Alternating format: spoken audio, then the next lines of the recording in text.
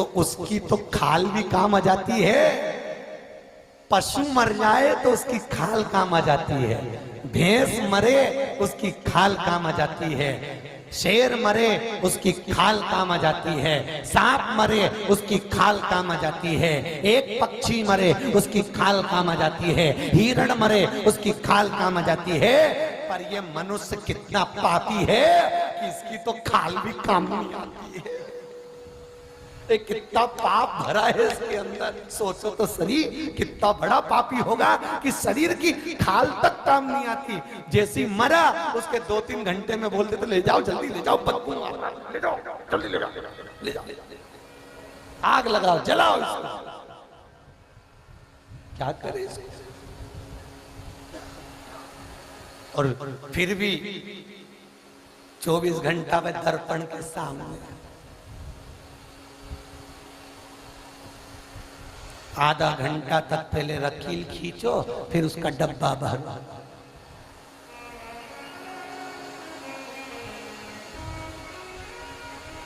भगवान जाने वो पार्लर में 2 घंटे तक वह धागा पकड़ के कजन क्या करती है।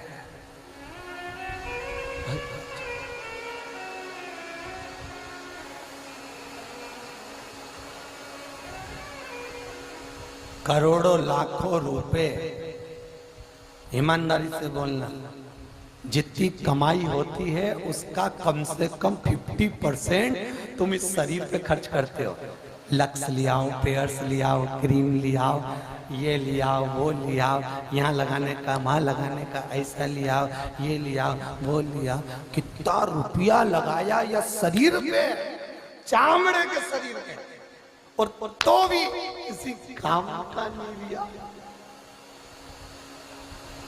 और जो काम की थी,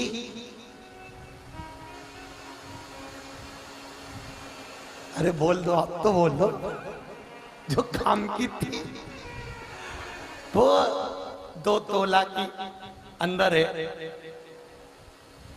बोल मेरी जीवा हरी हरी, और 10 भोजन पान करे और राम नाम में मरी मरी।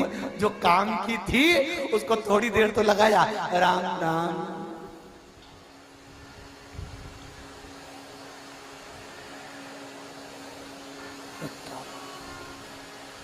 कितनी आलसन, कितनी आलसन। राम नाम के आलसी, खाने के होशियार। तुलसी ऐसे जीव को बार देख। क्या क्या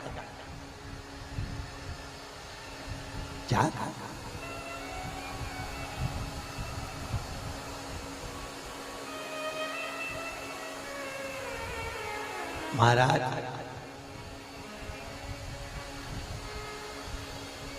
जीवन की सार्थकता है भगवान का वचन। भगवान भी कहेगा मैंने तुझे भेजा था भजन करने, लग गया भोजन। कितना दुखी हो। एक बेटा अपने माँ बाप का कहना ना माने तो माता पिता क्रोध करते हैं, और भगवान ने तुमको बेटा मानकर पृथ्वी पर भेजा था। हिरण्यकशिपु प्रहलाद को लात मारकर नीचे फेंक दिया। प्रहलाद जी को वापस गुरु जी के दरवाजे पर भेजा, पढ़ाओ इसको, अच्छा पढ़ाओ और पढ़ाओ। पर जिसको गर्भ का ज्ञान हो उसको बाहर से ज्ञान से क्या मतलब। गर्भ पढ़ाओ इसको, नहीं।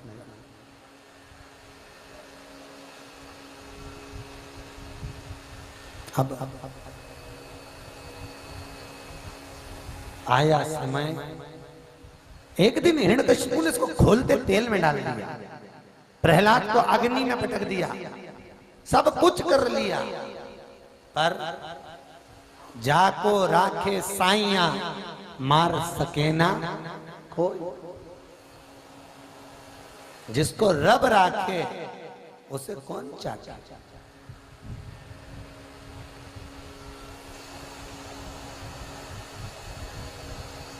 कौन मार सकता?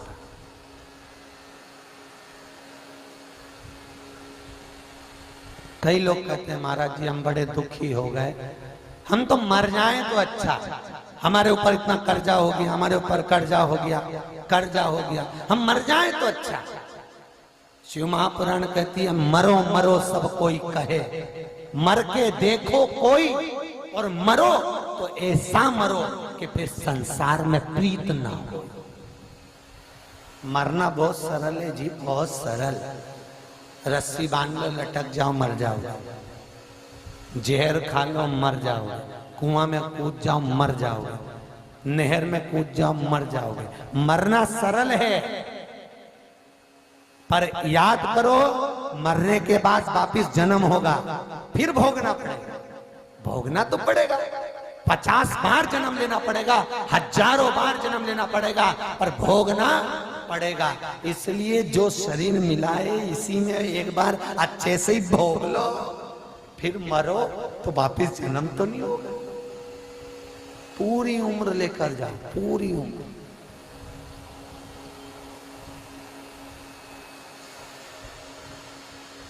काय को उम्र है?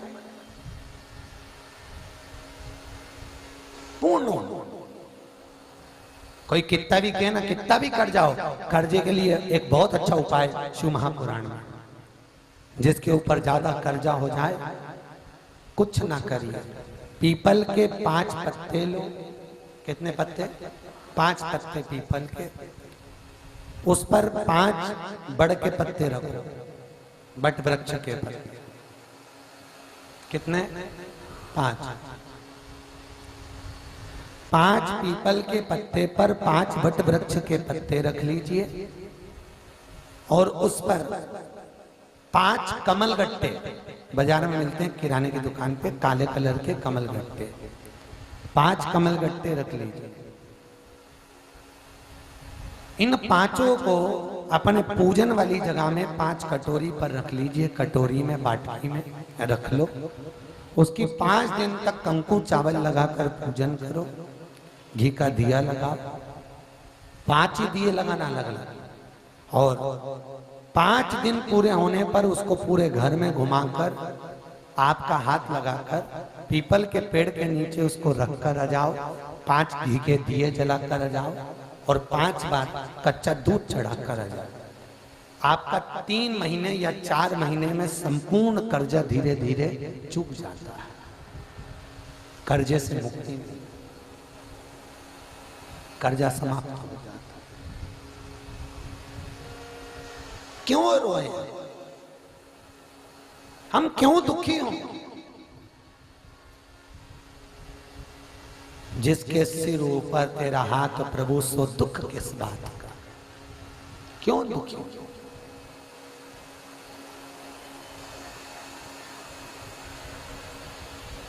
भगवान शिव पर विश्वास रखिए और भगवान का स्मरण करते,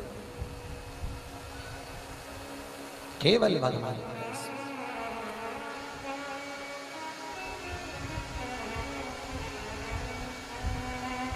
भगवान शंकर को रिझाते रहिए।